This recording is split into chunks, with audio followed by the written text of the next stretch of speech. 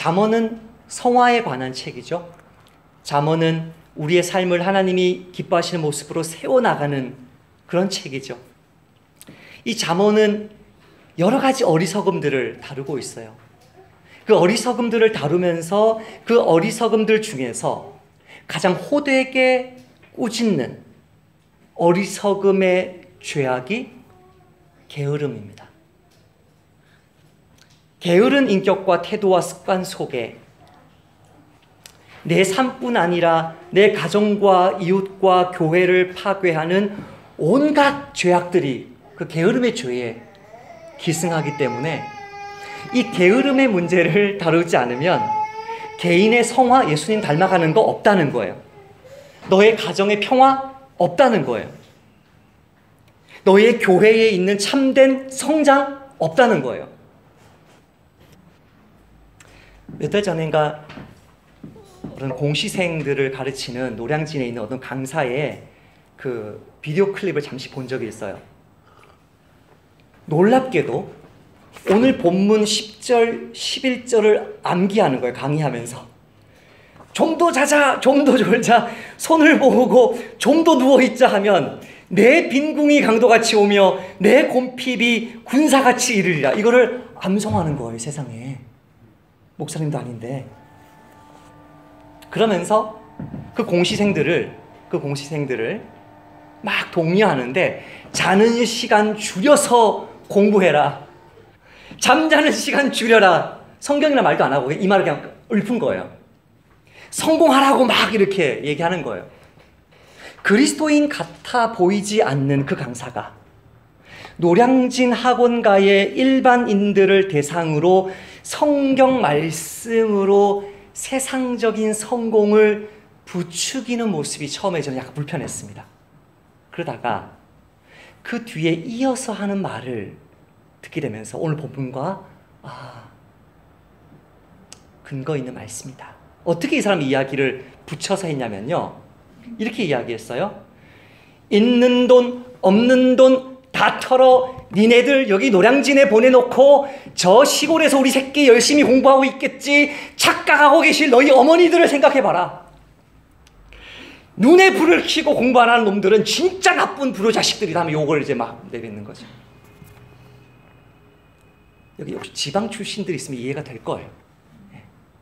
있는 돈 없는 돈 다 털어서 니네들 여기 노량진에 보내놓고 허구한 날 빌고 있는 니네 엄마들을 생각해봐라. 열심히 우리 새끼 공부하고 있겠지 착각하고 계신 너희 엄마를 생각해봐라. 진짜 나쁜 놈들이야 너희들은. 언뜻 보면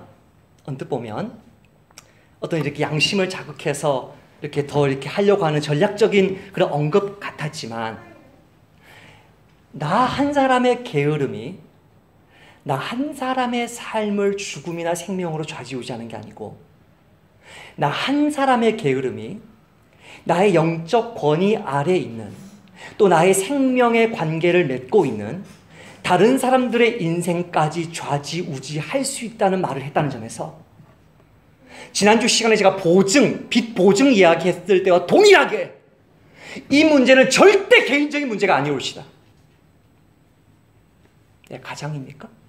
남편입니까? 내가 아내입니까? 내가 자식입니까? 내가 부모입니까?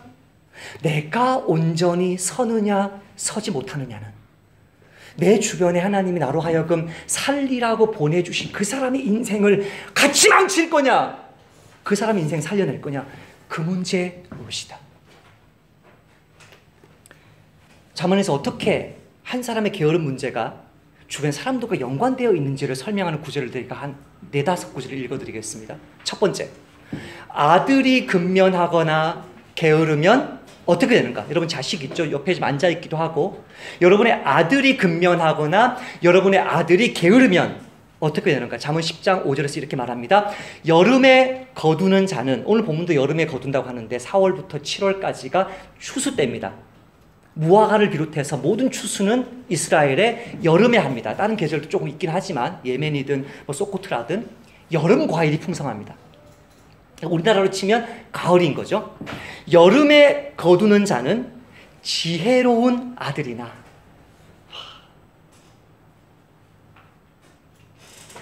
추수 때에, 같은 말입니다. 여름에 추수 때에 자는 부끄러움을, 수치를 끼치는 아들이다.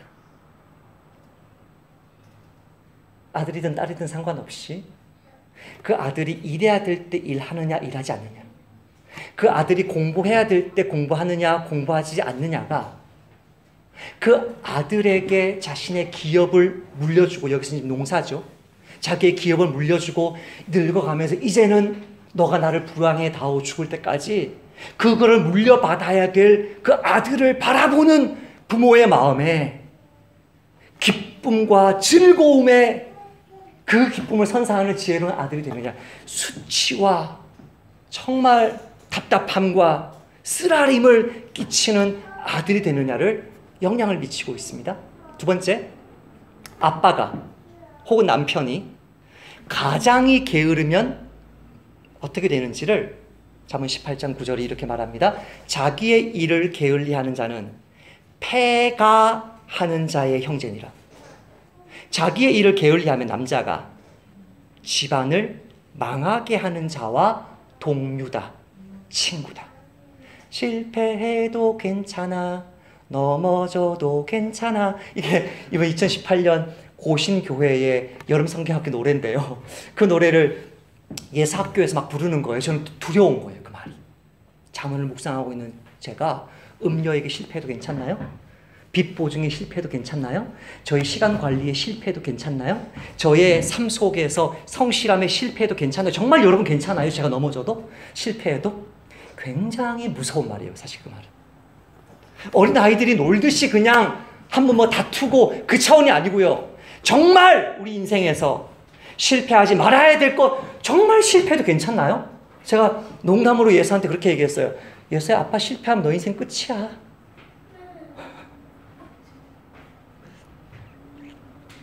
과연 그 찬송이 성경에서 나왔는지 궁금합니다. 자기 일을 게을리하는 자는 집을 망하게 하는 남자다. 세 번째, 아내나 어머니가 게으르지 않고 근면하면, 성실하면 어떻게 됩니까? 잠언 31장이 이렇게 말합니다. 자기의 집안일을 보살피고, 한 집안 전체를 보살피고, 게을리 얻은 양식, 얻은이라는 말은 원문에 없어요. 게으른 양식, 자기가 일하지 않으면서 모아놓은 걸 이렇게 축내는 그걸 말하는 거죠. 게을리 얻은 양식을 먹지 아니하나니, 그런 식으로 살지 않는다. 그런 식으로 가정 경제를 꾸려가지 않는다. 그의 자식들은 일어나 감사하며 그의 남편은 칭찬하기를. 아내가, 어머니가 게으르지 않고 성실하니까 그의 자식들이 감사하대요. 그의 남편이 칭찬한대요. 그 집안이 보살핌을 받는데요. 여자가 남자보다 무서운 거 알죠? 여자 힘이 남자보다 센 거 알죠? 예, 돕는 배필이라고 할 때 에벤 에셀 할 때 에제르가 아제르가 돕는 자라는 뜻이거든요. 그게 여호와에게 붙여진 호칭이거든요. 여호와가 우리의 돕는 돌인데 그 돕는 돌을, 그 돕는다는 존재를 누구에게 타이틀을 붙였어요? 여성에게 붙였거든요. 월급 100만 원 받으시면 60만 원 아내에게 떼주시기를 축복합니다. 남편의 성공, 자식의 성공, 가정이 서고 넘어지는 것, 아내에게 있는 힘이거든요. 남자는, 우리 자매들이 가끔 얘기하지만, 남자는 칭찬만 조금 해주면 뭘 내놓는다고요? 목숨을 내놔요. 심장을 꺼내놔요. 자매들 따라 합시다. 칭찬함으로 남편을 움직이자. 들을 귀 있는 자는 들으시길 바랍니다. 아내나 어머니가 게으르지 않고 근면하면 집안 전체가 살아난다. 네 번째, 근면하거나 게으른 사람이 직장 생활을 하면 어떻게 될까? 저도 사실 여기가 직장이고, 여러분은 학교가 직장일 거고, 학생이 직장 생활하고 계시고, 여러분의 또 가정이, 우리 가정주부들에게는 직장인데, 근면하거나 게으른 사람이 직장 생활을 하면 어떻게 되는가? 잠언 12장에 부지런한 자의 손은 사람을 다스리게 되어도 사람을 세워가는 역할을 하나님 맡기신다는 거예요. 게으른 자는 불임만 받아요. 근데 그 불임 받는 게 어떤 불임 받는 건지를 10장 26절에 이렇게 설명해요. 게으른 자는 불임을 받는데, 게으른 자는 그 부리는 사람에게 마치 이에 식초 같고 눈의 연기 같으니라. 성실한 사람은 하나님을 다른 사람을 섬기는 사람으로 세우고, 게으른 사람은 부림을 받는 자리에 있게 하는데, 그 부림을 받는 자리에 있는데 부리는 사람의 이에 식초 같고 눈의 연기 같이 힘들게 만드는 사람이 된다는 것이죠. 가장 크게는 이렇게 말합니다. 한 나라를 움직입니다. 내가 자기의 일에, 자기의 그 맡은 일에, 내가 자기의 일에 능숙한 사람을 보았느냐. 게으름도 습관이고요, 근면함도 습관이거든요. 이게 인격이고 삶이게 되는 거거든요. 이게 능숙해지는 거거든요. 자연스럽게 1시간 기도가 되는 거고, 자연스럽게 말씀 기도가 되는 거거든요. 자연스럽게 좀 더 자자가 되는 것이고, 자연스럽게 스마트폰을 켜는 게 되는 거거든요. 이게 습관이거든요. 내가 자기의 일에 능숙한 사람을 보았느냐. 이러한 사람은 왕 앞에 설 것이요 천한 자 앞에 서지 아니하리라.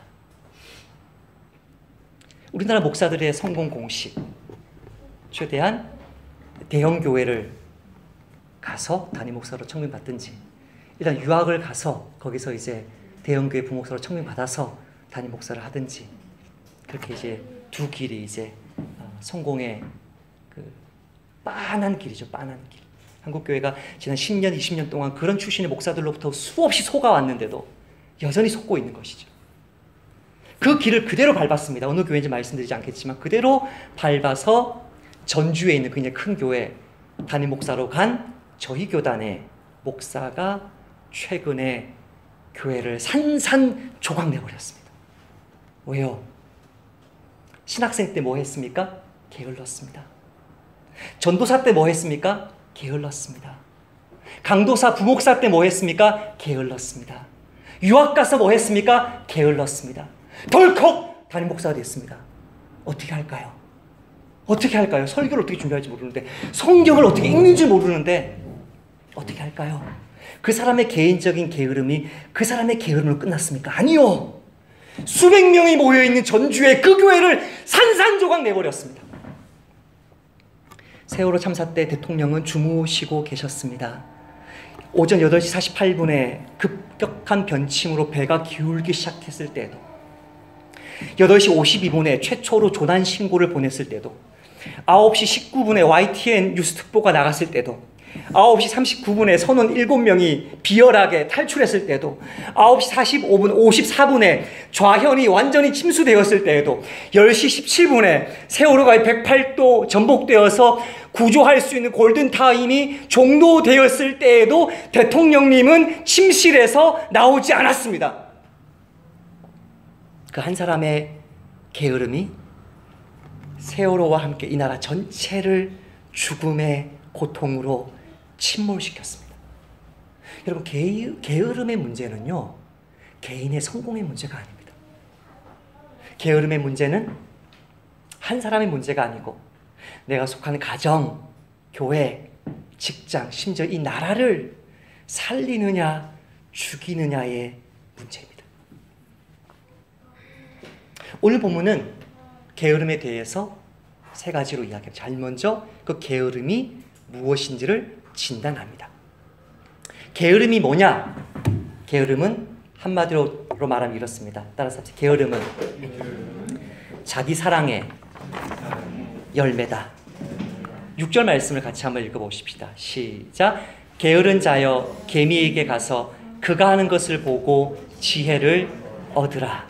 그냥 읽으면 이게 그냥 이렇게 부드럽게 말하는 것 같아요. 그러나 제가 직역해 볼까요? 게으른 자여 개미에게 가서 그녀의 길들을, 인생길을 말하죠. 지금까지 계속 얘기했죠. 인생길. 그 인생길은 아니죠. 개미 길이죠. 인생은 아니니까. 그녀의 길들을, 그가 하는 것을 보라. 개미에게 가라 명령했어요? 그가 하는 것을 보라 명령했어요. 지혜로워져라 명령했어요. 3번 명령하고 명령하고 또 명령했어요. 그렇게 말해도 못 알아듣겠니? 내가 말하는 게 정말 무슨 말인지 모르겠니? 정말 내가 말해도 모르겠으면 네 눈으로 직접 봐라. 네 눈으로 직접 좀 봐서라도 뭐 해라? 배워라 하는 답답함이 묻어나죠. 9절 말씀 볼까요? 게으른 자여, 내가 어느 때까지 누워있겠느냐? 내가 어느 때에 잠이 깨어 일어나겠느냐? 명령문을 안 쓰고 의문문을 2번 썼어요. 아직도 자고 있니? 도대체 언제까지 그렇게 누워있을 거니? 각 가정에서 엄마가 애를 깨울 때의 모습이 그려지지 않나요? 예? 속이, 교사의 속이, 엄마의 속이 부글부글 끓고 있는 거예요. 게으른 사람은요, 귀가 막혀 있습니다. 게으른 사람은요, 입만 뚫려 있습니다. 게으른 사람은 귀를 막고 절대 자기 몸을 움직이지 않습니다. 움직이지 않습니다. 바꾸지 않습니다. 생활의 패턴을 바꾸지 않습니다. 자기 원칙을 바꾸지 않습니다. 내가 좋으니까. 나를 너무 사랑하니까. 엄마 말이 맞는 거 알죠. 아빠 말이 맞는 걸 알죠. 목사가 지금 강단에서 설교하는 말이 성경적으로 정확한 것도 알죠. 그게 틀리면 말하면 돼요, 엄마한테. 그렇게 틀리면 설교 끝나고 와서 이야기하면 돼요. 분명히 그 말이 하나님의 말씀인 것은 알아요. 그러나 들어도 못 들은 척, 알아도 모르는 척. 하나님의 바람, 나를 향한 하나님의 뜻이 무엇인지 알아요. 그러나 그냥 거역하고 거역해요. 왜 그래요? 그 마음에 진짜 원하는 게 따로 있거든요. 진짜 원하는 게 따로 있거든요. 오늘 조승희 집사님 기도하실 때 하나님의 말씀을 읽고 알아도 내 마음이 그걸 원하지 않아서 내가 원하는 대로 살았다는 것이 정확한 표현이에요. 정확한 표현이에요, 신학적으로. 내가 알아요. 바른 길인지 뭔지 알아요. 게으르면 안 된다는 것도 알아요. 일어나야 된다는 것도 알아요. 네? 무엇을 하나님이 지금 내 삶 속에 원하는지를 다 알고 있어요. 그러나 이 세상 그 무엇보다도 나를 가장 사랑하기 때문에 하나님의 말씀을 들어도 귀가 막혀 있어요. 그러니까 게으름의 뿌리가 뭐예요? 우상숭배적인 자기사랑이죠. 목사님, 우상숭배적이지 않은 사람도 있나요? 있어요. 하나님이 나를 사랑하시는 그 사랑으로 나를 사랑하는 것은 정당해요. 정당해요. 그러나 하나님의 뜻을 어겨가면서까지 주변의 사람들에게 부모든 자식이든 성도든 목사든 피해를 주면서까지 내가 살려야 될 공동체를 살리지 않으면서까지 내 욕심을 끝까지 추구하는 우상숭배적인 자기사랑이 게으름의 뿌리이기 때문에 귀가 막혀 있어요. 게으른 자의 3번째 특징을 한번 볼까요? 10절 말씀. 제가 3번역으로 한번 읽어보겠습니다. 10절 말씀을 조금만 더 자야지. 조금만 더 눈을 붙여야지. 조금만 더 팔을 베고 누워 있어야지. 예. 귀가 막히고 뭐가 뚫렸다? 입이 뚫렸다. 3번 역시 같은 단어를 썼습니다. 조금만 더, 조금만 더, 조금만 더. 굉장히 합리적이죠. 굉장히 합리적이에요. 일어나라. 아니야. 1분만 더. 아빠 5분만. 아빠 나 일어났어요. 지금 눈만 감고 있는 거예요 지금. 굉장히 합리적으로 이야기해요. 야, 이게 언어의 고수예요.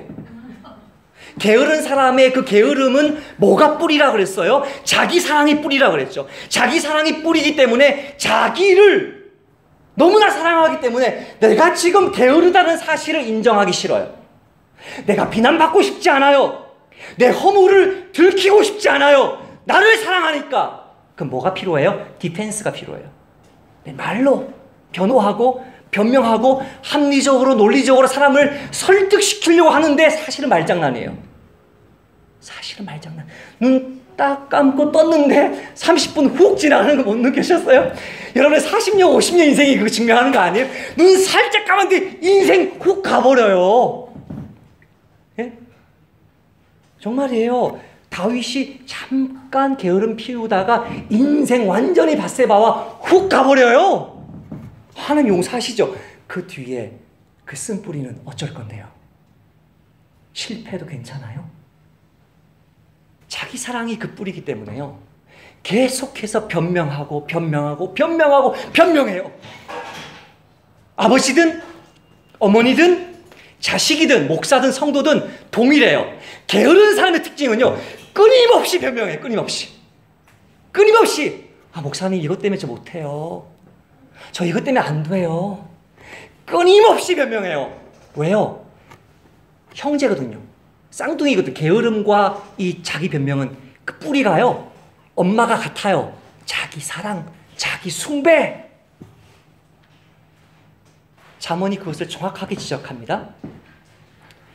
모든 수고에는 이익이 있어도 입술의 말은 궁핍을 이룰 뿐이라. 잠언 14장 말씀인데 제가 가로치기를 넣어서 읽어볼까요? 근면한 자의 모든 수고에는 사람들을 살려내는 이익이 있어요. 그러나 게으른 자의 입술의 말은, 자기 변명의 그 말은 궁핍을 이룰 뿐이다. 또 읽어볼까요? 게으른 자는 말하기를, 사자가 밖에 있은즉 내가 나가면 거리에서 찢기겠다 하느니라. 말하기를. 게으른 자는 길에 사자가 있다, 거리에 사자가 있다 말하느니라. 게으른 자는 심지어 사리에 맞게 대답하는 사람 7보다, 엄마 7명보다, 목사 7명보다 자기를 더 지혜롭게 여기느니라. 거의 구제불능 수준 아니에요? 지독한 자기 사랑이죠. 미련한 자를 곡물과 함께 절구에 넣고 공의로 찌을지라도 그의 미련은 벗겨지지 아니하느니라. 여러분, 이 자기 사랑의 뿌리가 얼마나 깊은지 아시겠어요? 이 자기 사랑의 뿌리를 건드리지 않고 이것의 열매인 이 게으름을 다루려고 소리 지르고 윽박 지르고 협박하고, 목사가 교묘하게 성도들을 그루밍시키고, 그 바보예요, 바보. 성경 그렇게 말하잖아요. 네가 뭘 사랑하고 있냐 지금? 네가 뭘 경배하고 있냐 지금? 너의 심장이 뛰게 만드는 게 뭐냐? 그게 너다. 그게 너의 미래다. 그게 너의 실체다. 개미가 그걸 보여줘요. 두 번째로, 근면한 사람의 특징, 근면한 사람이 아니고 근면한 존재의 특징을, 곤충의 특징을 7절에서 8절에서 이렇게 말해요. 같이 한번 읽어볼까요? 시작. 개미는 두령도 없고 감독자도 없고 통치자도 없으되 먹을 것을 여름 동안에 예비하며 추수 때에 양식을 모으느니라. 없고 없고 없다. 또 3번 강조했어요. 지금 뭘 말하려고 하는 거예요? 잔소리하는 사람 없어요.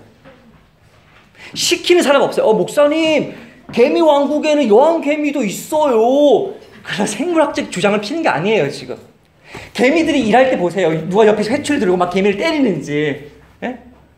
개미가 일할 때 옆에서 앞치마 두른 엄마가 막 잔소리 하더냐고. 그 현상을 보라는 거예요. 현상을. 무슨 두령이, 지휘관이, 무슨 감독자가, 상관이, 무슨 통치자가, 룰러가 이 사람을 막 이렇게 다그쳐서 막 하냐? 아니, 그렇지 않아요. 개미는 왜 해요? 그냥 자발적으로 해요. 그냥 좋아서 해요. 그냥 그걸 물고 와서 자기 집에 쌓아둬요. 자기가 먹든지 남이 먹든지. 그 일 자체를 어떻게 표현해 볼까요? 사람으로 치면 즐겨요. 개미는 자기가 하는 일을 사랑하고 있어요. 자기가 하는 일을 좋아하고 있어요. 입 떠버리면서 변명하지 않고 묵묵히 침묵하며 자기의 일을 하고 있어요. 여러분 주변에 아무 사람이나 붙잡아 보세요. 뭐 선교사님이든 뭐 나그네 교회 우리 집사님이나 목자님이든 여러분 아무나 여러분 직장에 진짜 열심히 일하는 사람이든 열심히 일하면 피곤해져야 되고 지쳐야 되고 탈진해야 되는데 에너자이저처럼 일하는 사람을 붙들고 한번 이렇게 물어보세요. 왜 그렇게 피곤하게 사세요? 그냥 물어보세요. 그럼 진짜 제대로 일하는 사람은요 이렇게 대답할걸요. 좋아서 하는 일인데요. 뭘? 저는 이게 좋은데요. 반대로 동일하게 물어봅시다. 다시금 우리의 뿌리 부분을 들여다봅시다. 그럼 게으른 사람은 왜 게을러요?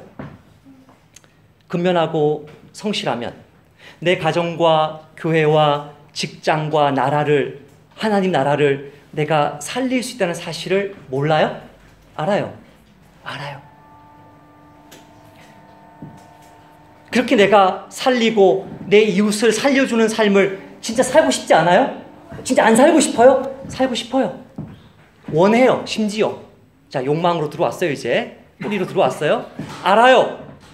심지어 그렇게 살고 싶어요. 욕망해요. 좋은 의미로 제가 얘기한 거예요. 욕망해요.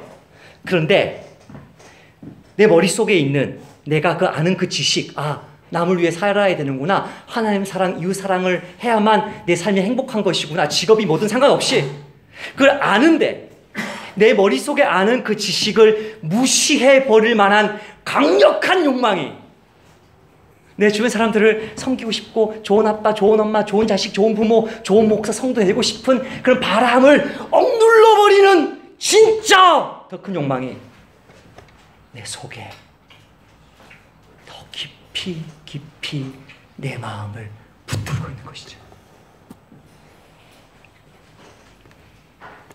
그것이 우상 숭배적인 자기 사랑이에요. 이번 주에 제가 목자 훈련이나 뭐 이런 책들도 읽었지만 저 개인적으로 책을 몇 권 읽었는데요. 사람 마음속에 있는 그 기쁨, 정말 원하는 거, 그것을 고침받고 그거를 건드리고 그거를 바르게 세워야지만 여러분의 삶이 변할 수 있다는 것을 두 책 다 말하는데 이 책이 이렇게 말해요. 이건 한국어 번역이고 You are, 너는 You are, 너는 what you love, 너가 사랑하는 게 너다. 너가 사랑하는 게 너다. You are what you love. 이게 오늘 본문의 메시지예요. 헌금 봉투 사러 갔다가 약간 다른 메시지를 말하는 책을 보고 깜짝 놀랐어요. 이영표 씨가 쓴 책인데 You are what you think. 너가 생각하는 게 너다. 저 이영표 사랑하고 존경하고 언젠가 한번 만나서 차 한번 마시고 싶은 친구인데 이 친구를 비판하고 싶은 마음은 전혀 없고요. 자, You are what you love. 너가 사랑하는 게 너다. 너가 욕망하는 그것이 너를 만든다. 너 인생을 살리거나 죽인다. 이거 너가 생각하는 게 너다. 그래서 뒤에 보면은 바르게만 볼 수 있다면 다른 삶이 가능하다. 빨간색 보이세요? 이 말과 이 말 중에 뭐가 더 맞아요? 우리는 다른 길이 뭔지 알아요. 이렇게 하면 안 된다는 것도 알아요. 무수히 많은 설교를 듣고 무수히 많은 성경 지식을 배우고 뭐 책을 많이 읽고 성경 뭐 많은 것을 알아요. 그런데 내 옆에 있는 그 인간 사랑하기가 그렇게 힘드네요. 실패하고 실패하고 또 실패하는 그 사람을 용납해 주는 게 그렇게 힘드네요. 누구든 내 상처, 건드려서는 안 되는 내 상처 건드리는 그 인간은 용서하기가 힘드네요. 왜 그럴까요? 사람은 생각하는 대로 되지 않고요. 사람은 원하는 대로 돼요. 자언 말씀이 이렇게 말합니다. 자기 토지를 경작하는 자는 먹을 것이 많거니와 방탕한 자는 지혜가 없다. 자기 토지 경작해야 될지 몰라요? 알아요. 근데 방탕함이 더 좋아요. 절대 토지 경작 못해요. 아무리 많은 설교를 들어도 아무리 많은 지식이 쌓여도 선교사, 목사, 성도 절대 그 모습 제대로 살아낼 수 없어요. 게으른 자는 마음으로 원하여도 얻지 못한대요. 마음이 원하는데 왜 얻지 못해요? 더 원하는 거는 자기 사랑이거든요. 진짜 원하는 거는 자기 사랑이거든요. 너는 잠자기를 좋아하지 마라. 좋아하지 마라. 오히려 깨어서 기도하고 말씀 묵상하는 것을 더 좋아해봐라.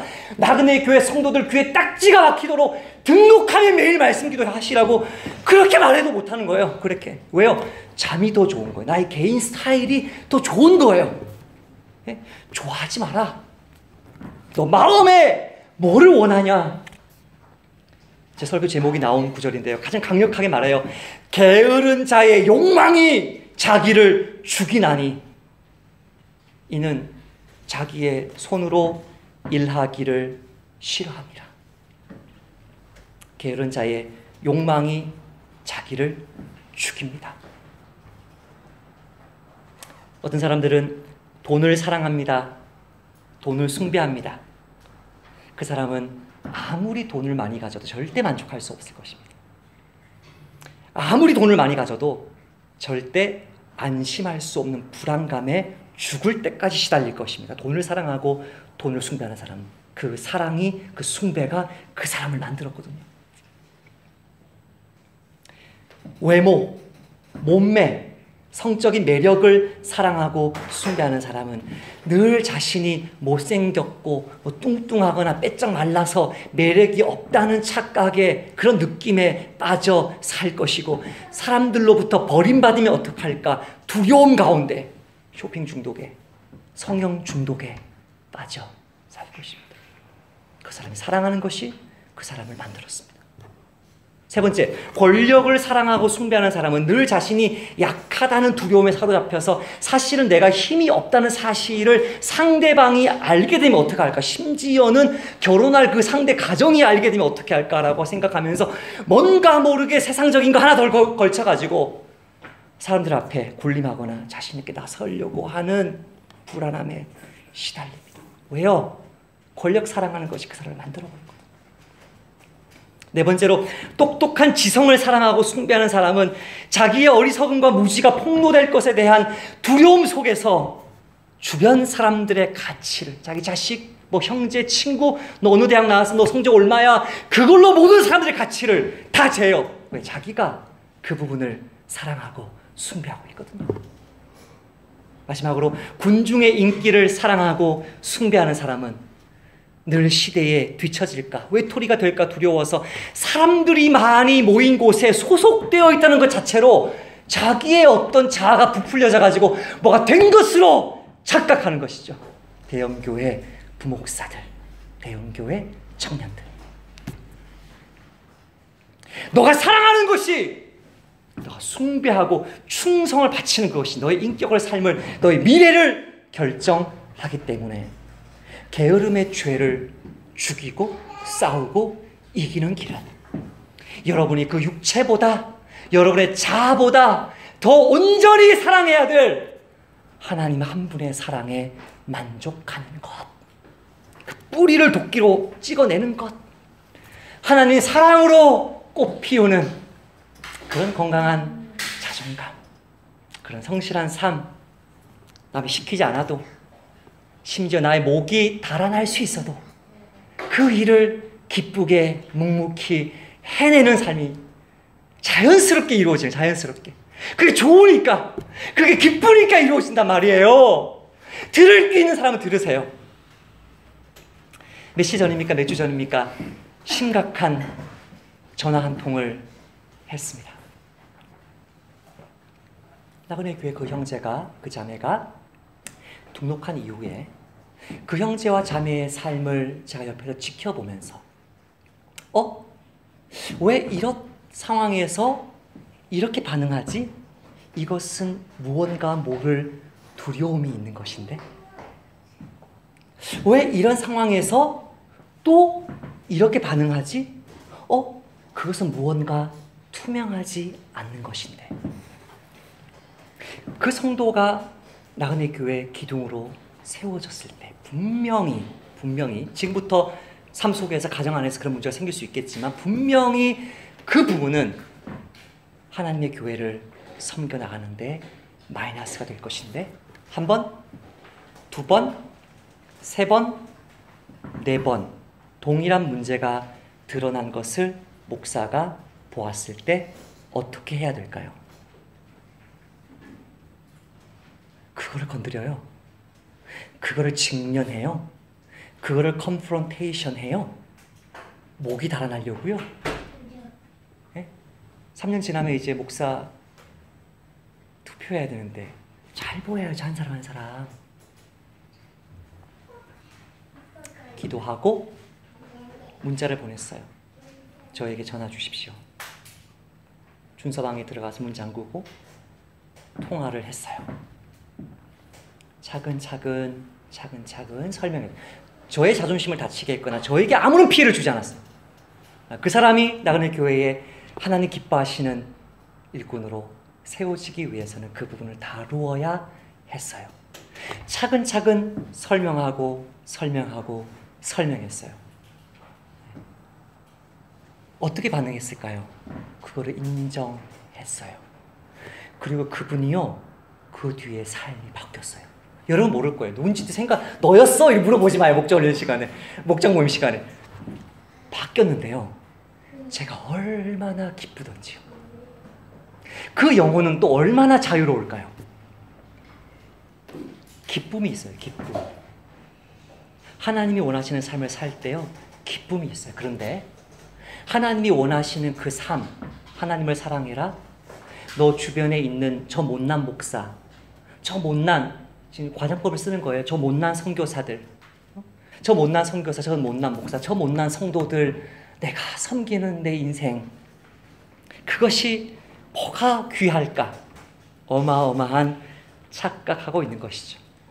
그런데 하나님 한 분을 사랑하고 그 못난 사람들을 위해서 내 생명을, 내 삶을 내어주는 것에만 진정한 기쁨, 지속적인 기쁨, 후유증이 전혀 안 남는 기쁨, 어마어마한 상급과 생명의 열매들이 맺히는 기쁨이 있고, 육체를 사랑하는 기쁨, 음욕을 사랑하는 기쁨, 내 하고 싶은 대로 하는 기쁨에는 뭔가 모를 불안함과 불만족스러움과 분노와 좌절과 낙심이 도사리고 있다는 사실 아십니까?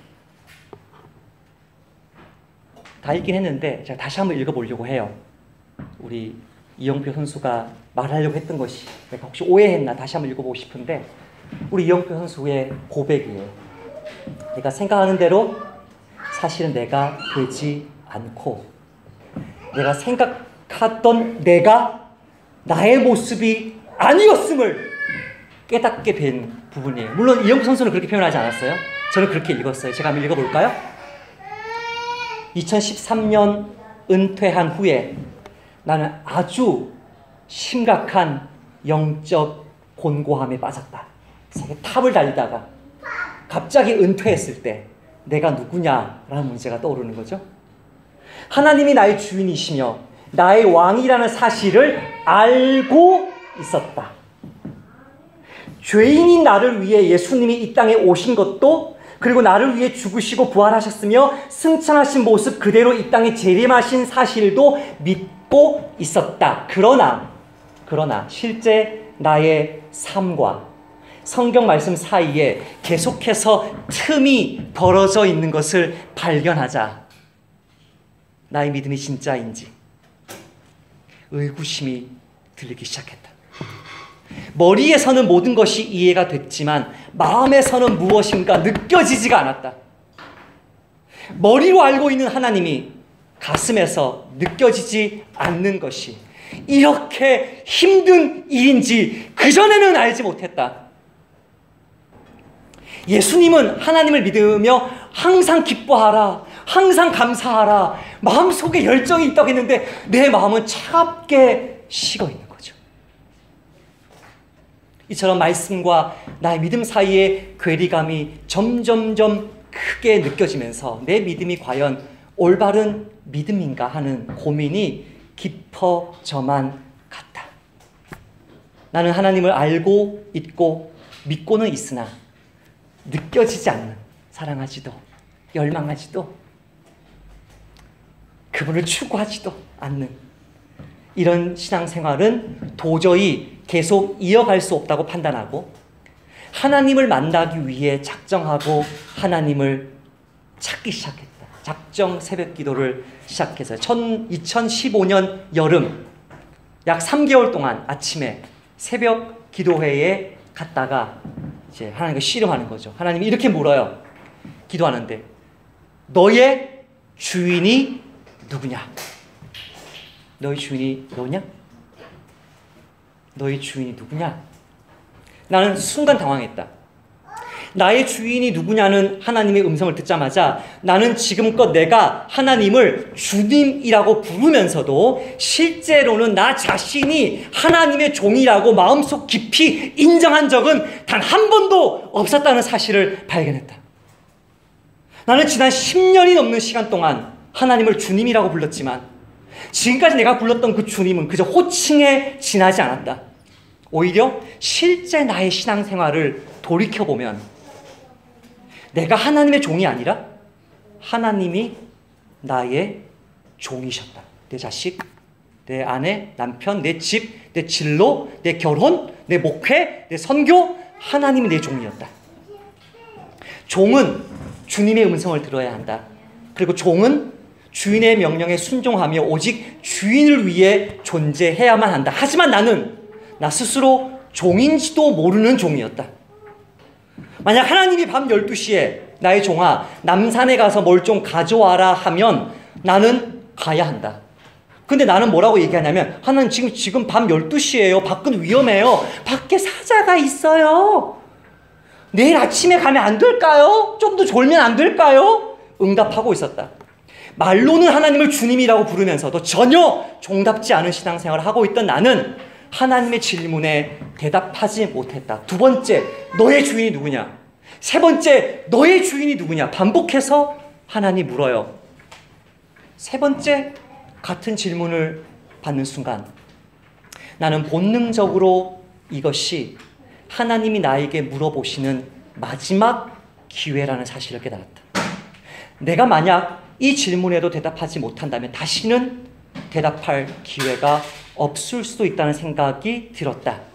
나는 마침내 나도 모르는 사이에 내가 섬기고 있던 나 자신, 자아숭배, 우상숭배, 나도 모르는 사이에 내가 섬기고 있었던 나 자신, 세계 탑 축구 사커 플레이어, 나 자신을 치워내지 않을 수 없었다. 그리고 하나님 앞에 고백했다. 하나님, 지금부터 나의 주인은 하나님이십니다. 잘 보세요. 그 고백을 하자마자 마음속에 아주 큰 평안이 찾아오기 시작했다. 대표팀 은퇴하고 나서 밥도 못 먹고 식음을 전폐하면서 5kg가 살이 빠져버렸는데 이용표 선수가 한동안 입맛이 없어서 먹지 못했던 음식들도 먹을 수 있게 되었다. 평안이 찾아오기 전에는 왠지 모르게 불안했다. 그제야 나는 알 수 없는 불안의 까닭이, 지금까지 내가 그렇게 불안했던 까닭이 주님이 계셔야 할 자리에 나 자신이 있었기 때문이었음을 알게 되었다. 나를 움직이는 나의 무게는 주님을 향한 나의 사랑입니다. 내가 어디로 움직이든 나는 그 사랑이 이끄는 대로 움직입니다. 우리는 주님의 선물인 성령에 의해 활활 타올라서 위로 올라갑니다. 우리는 사랑에 불타올라서 계속해서 위로 올라갑니다. 거기에서 주님의 선하신 뜻은 우리가 있어야 할 자리에 두실 것이기 때문에 우리에게는 여호와의 집에 영원히 사는 것 외에는 바라는 것이 없습니다. 사랑하는 나그네 교회 성도 여러분, 여러분은 어떤 사랑이 여러분을 몰아가고 있습니까?